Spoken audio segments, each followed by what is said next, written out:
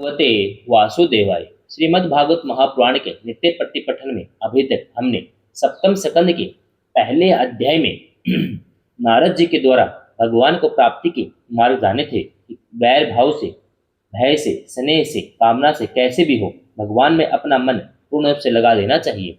आज हम जानेंगे दूसरा अध्याय, हिरण्याक्ष का वध होने पर हिरण्यकशिपु का अपनी माता और कुटुंबियों को समझाना। नारद जी ने कहा, युधिष्ठिर, जब भगवान ने वराह अवतार धारण करके हिरण्याक्ष को मार डाला तब भाई के इस प्रकार मारे जाने पर हिरण्यकशिपु क्रोध से जल भुन गया और शोक से संतप्त हो उठा। वह क्रोध से कांपता हुआ अपने दांतों से बार बार होठ चबाने लगा। क्रोध से दहकती हुई आंखों की आग की धुएं से धूमिल हुए आकाश की ओर देखता हुआ वह कहने लगा, उसमें विकराल दाढ़ों, आग उगलने वाली उग्र दृष्टि और चढ़ी हुई बाहों के कारण उसका मुख देखा न जाता था। भरी सभा में त्रिशूल उठाकर उसने द्विमूर्धा, त्रैक्ष, शंबर, सतबाहु, हयग्रीव, नमुची, पाक, इलवल, विपरीचिति, पुलोमा, शकुन आदि को संबोधित करते हुए कहा, दैत्यों और दानवों, तुम सब लोग मेरी बात सुनो। उसके बाद जैसे मैं कहता हूँ वैसे करो। तुम्हें यह ज्ञात है कि मेरे शूद्र स्त्रों ने मेरे परम प्यारे और हितैषी भाई को विष्णु से मरवा डाला है। यद्यपि वह देवता और दैत्य दोनों के प्रति समान है, तथापि दौड़ धूप और अनुनय विनय करके देवता ने उसे अपने पक्ष में कर लिया है। यह विष्णु पहले तो बड़ा शुद्ध और निष्पक्ष था, परंतु अब माया से वराह आदि रूप धारण करने लगा है। अपने स्वभाव से च्युत हो गया है। बच्चे की तरह जो उसकी सेवा करे उसी की ओर हो जाता है, उसका चित्त स्थिर नहीं है। अब मैं अपने शूल से उसका गला काट डालूंगा, उसके खून की धारा से अपने रुधिर प्रेमी भाई का तर्पण करूंगा, तब कहीं मेरे हृदय की पीड़ा शांत होगी। उस मायावी स्त्री के नष्ट होने पर, पेड़ की जड़ कट जाने पर डालियों की तरह सब देवता अपने आप सूख जाएंगे, क्योंकि उनका जीवन तो विष्णु ही है। इसलिए तुम लोग इसी समय पृथ्वी पर जाओ। आजकल वहाँ ब्राह्मण और क्षत्रियों की बहुत बढ़ती हो गई है। वहाँ जो लोग तपस्या, यज्ञ, सब अध्याय, व्रत और दान आदि शुभ कर्म कर रहे हो उन सबको मार डालो। विष्णु की जड़ है द्विजातियों का क्रम धर्म, क्योंकि यज्ञ और धर्म ही उसके स्वरूप हैं। देवता, ऋषि, पितर, समस्त प्राणी और धर्म का वही परम आश्रय है।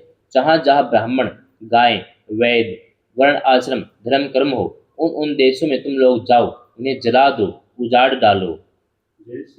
दैत्य तो स्वभाव से ही लोगों को सताकर सुखी होते हैं। दैत्यराज हिरण्यकशिपु की आज्ञा उन्होंने बड़े आदर से सिर झुकाकर स्वीकार की और उसी के अनुसार जनता का नाश करने लगे। उन्होंने नगर, गांव, गौओं के रहने के स्थान, बगीचे, खेत, टहलने के स्थान, ऋषियों के आश्रम, रत्न आदि के खाने, किसानों की बस्तियां, तराई के गांव, अहीरों की बस्तियां, व्यापार के केंद्र, बड़े बड़े नगर जला डाले।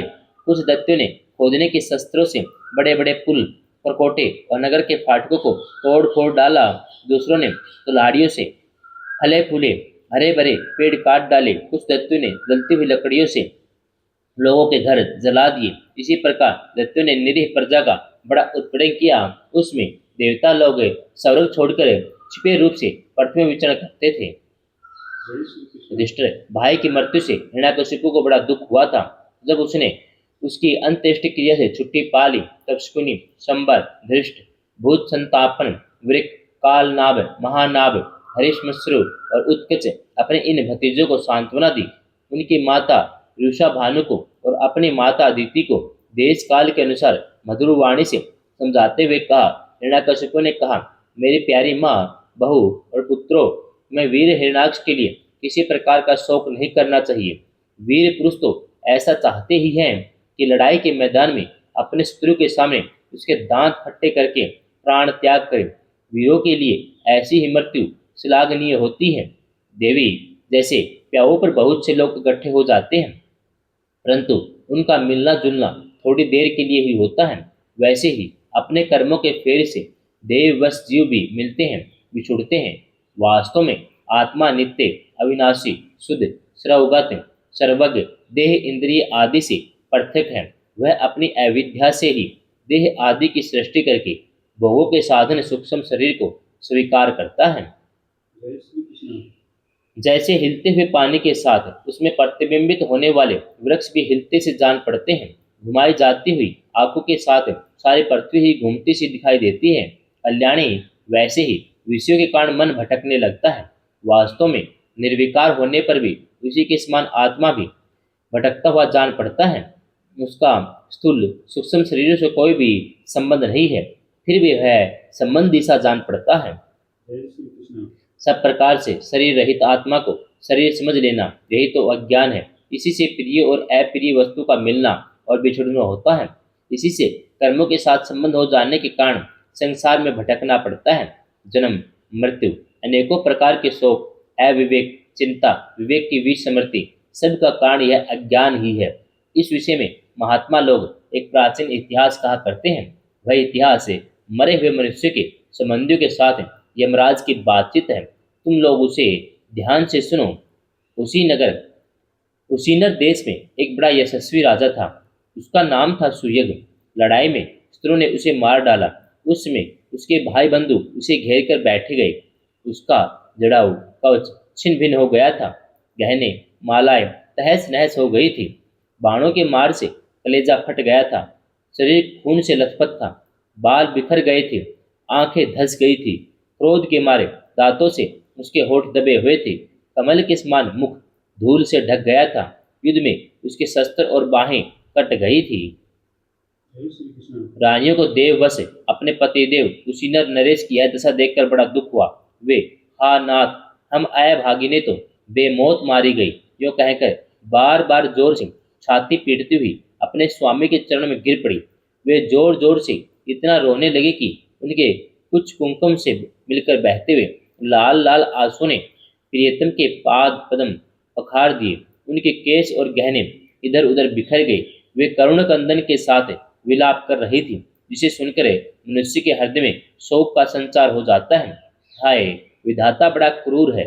स्वामिन, उसी ने आज आपको हमारी आंखों से ओझल कर दिया। पहले तो आप समस्त देशवासियों के जीवन दाता थे। आज उसी ने आपको ऐसा बना दिया कि आप हमारा शोक बढ़ा रहे हैं। जय श्री कृष्ण।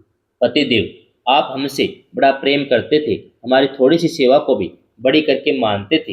हाय, अब आपके बिना हम कैसे रह सकेंगे। हम आपके चरणों की चेरी हैं।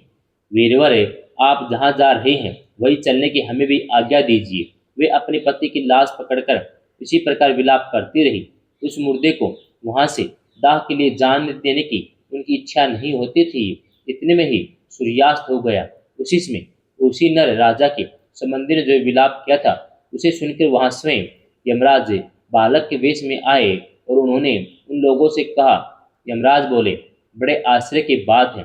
ये लोग तो मुझसे सियाने हैं, बराबर लोगों का मरना जीना देखते हैं, फिर भी इतने मूढ़ हो रहे हैं। अरे, यह मनुष्य जहाँ से आया था वहीं चला गया। इन लोगों को भी एक न एक दिन वही जाना है। फिर झूठ मूठ ये लोग इतना शोक क्यों करते हैं। हम तो तुमसे लाख गुने अच्छे हैं, परम धन्य हैं, क्योंकि हमारे माँ बाप ने हमें छोड़ दिया है। हमारे शरीर में पर्याप्त बल भी नहीं है, फिर भी हमें कोई चिंता नहीं है। भेड़िए आदि हिंसक जंतु हमारा बाल भी बांका नहीं कर पाते। जिसने गर्भ में रक्षा की थी वही इस जीवन में भी हमारी रक्षा करता रहता है। देवियों, जो अविनाशी ईश्वर अपनी मौज से इस जगत को बनाता है, रखता है, बिगाड़ देता है, उस प्रभु का यह एक खिलौना मात्र है। वह इस चराचर जगत को दंड या पुरस्कार देने में समर्थ है। भाग्य अनुकूल हो तो रास्ते में गिरी हुई वस्तु भी ज्यों की त्यों पड़ी रहती है, परंतु भाग्य के प्रतिकूल होने पर घर के भीतर तिजोरी में रखी हुई वस्तु भी खो जाती है। जय श्री कृष्ण। जीव बिना किसी सहारे के देव की दया दृष्टि से जंगल में भी बहुत दिनों तक जीवित रहता है, परंतु देव के विपरीत होने पर घर में सुरक्षित रहने पर भी मर जाता है। जय श्री कृष्ण। रानियों, सभी प्राणियों की मृत्यु अपने पूर्व जन्मों के कर्म वासना के अनुसार समय पर होती है। उसी के अनुसार उनका जन्म भी होता है, परंतु आत्मा शरीर से अत्यंत भिन्न है, इसलिए वह उसमें रहने पर भी उसके जन्म मृत्यु आदि धर्मों से अछूता ही रहता है। जैसे मनुष्य अपने मकान को अपने से अलग और मिट्टी का समझता है, वैसे यह शरीर भी अलग और मिट्टी का है, मोहवश वह इसे अपना समझ बैठता है। जय श्री कृष्ण। जैसे बुलबुले आदि पानी के विकार, घड़े आदि मिट्टी के विकार, गहने आदि स्वर्ण के विकार समय पर बनते हैं, रूपांतरित होते हैं, नष्ट हो जाते हैं, वैसे ही इन्हीं तीनों के विकार से बना हुआ यह शरीर भी समय पर बन बिगड़ जाता है। जैसे पाठ में रहने वाली व्यापक अग्नि स्पष्ट ही उससे अलग है, जैसे देह में रहने पर भी वायु का उससे कोई संबंध नहीं है, जैसे आकाश सब जगह एक सा रहने पर भी किसी के दो गुण से लिप्त नहीं होता, वैसे ही समस्त देह इंद्रियों में रहने वाला उनका आश्रय आत्मा भी उनसे अलग और निर्लिप्त है। जय श्री कृष्ण। मूर्खो, जिसके लिए तुम सब शोक कर रहे हो वह सुयग नामक शरीर तो तुम्हारे सामने पड़ा है, तुम लोग इसी को देखते थे। इसमें जो सुनने वाला और बोलने वाला था वह तो कभी किसी को नहीं दिखाई पड़ता था, फिर आज भी यह नहीं दिखाई दे रहा है, तो शोक क्यों? तुम्हारी यह मान्यता कि प्राण ही बोलने या सुनने वाला था सो निकल गया मूर्खतापूर्ण है, क्योंकि सुषुप्ति के समय प्राण तो रहता है पर वह न बोलता है न सुनता है। जय श्री कृष्ण। शरीर में सभी इंद्रियों की चेष्टा का हेतुभूत जो महाप्राण है वह प्रधान होने पर भी बोलने या सुनने वाला नहीं है, क्योंकि यह जड़ है। देह और इंद्रियों के द्वारा सब पदार्थों का दृष्टा जो आत्मा है वह शरीर और प्राण दोनों से पृथक है, यद्यपि वह परिच्छिन्न नहीं है, व्यापक है, फिर भी पंचभूत इंद्रिय और मन से युक्त नीचे ऊंचे देव, मनुष्य, पशु, पक्षी आदि शरीर को ग्रहण करता और अपने विवेक बल से मुक्त भी हो जाता है। जय श्री कृष्ण। वास्तव में वह इन सब से अलग है। जब तक वह पांच प्राण, पांच कर्मेंद्रिय, पांच ज्ञानेंद्रिय, बुद्धि और मन इन 17 तत्वों से बना हुआ लिंग शरीर से युक्त रहता है, तभी तक कर्मों से बंधा रहता है।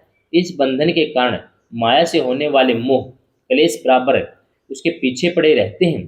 प्रकृति के गुणों और उनसे बनी हुई वस्तुओं को सत्य समझना उसका कहना झूठ मूठ का दुराग्रह है। जय श्री कृष्ण। मनोरथ के समय की कल्पित और सौपन के समय की दीख पड़ने वाली वस्तुओं के समान इंद्रियों के द्वारा जो कुछ ग्रहण किया जाता है सब मिथ्या है। इसलिए शरीर और आत्मा का तत्व जानने वाले पुरुष न तो अनित्य शरीर के लिए शोक करते हैं और न नित्य आत्मा के लिए ही, परंतु ज्ञान की दृढ़ता न होने के कारण जो लोग शोक करते रहते हैं उनका स्वभाव बदलना बहुत कठिन है। जय श्री कृष्ण। किसी जंगल में एक बहेलिया रहता था। वह बहेलिया क्या था? विधाता ने मानो उसे पक्षियों के काल रूप में ही रच रखा था। जहाँ कहीं भी वह जाल फैला देता, ललचाकर चिड़ियों को फंसा लेता। जय श्री कृष्ण। एक दिन उसने पुल्लिंग पक्षी के एक जोड़े को चारा चुगते देखा। उनमें से उस पहेलिये ने मादा पक्षी को शीघ्र ही फंसा लिया। कालवश वह जाल के फंदे में फंस गई। नर पक्षी को अपनी मादा की विपत्ति को देखकर बड़ा दुख हुआ। वह बेचारा उसे छुड़ा तो सकता न था, स्नेह से उस बेचारी के लिए विलाप करने लगा। उसने कहा, यूं तो विधाता सब कुछ कर सकता है, परंतु है वह बड़ा निर्दयी।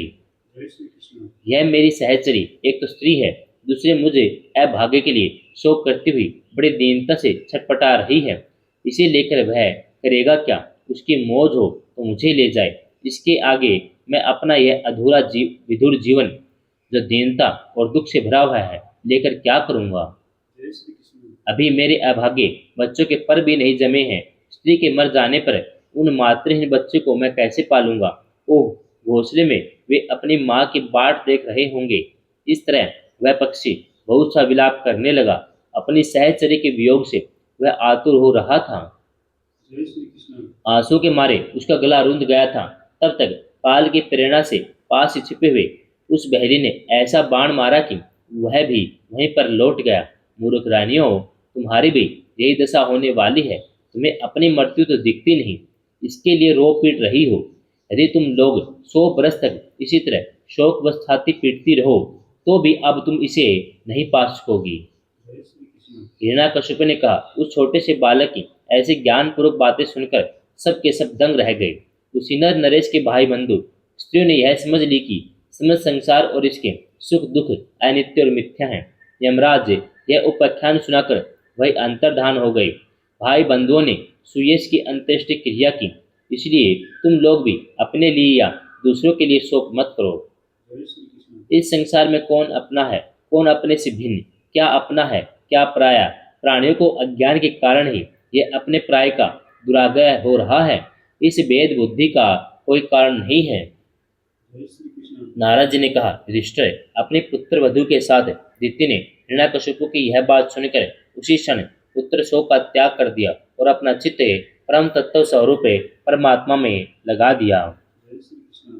दूसरा अध्याय समाप्तम।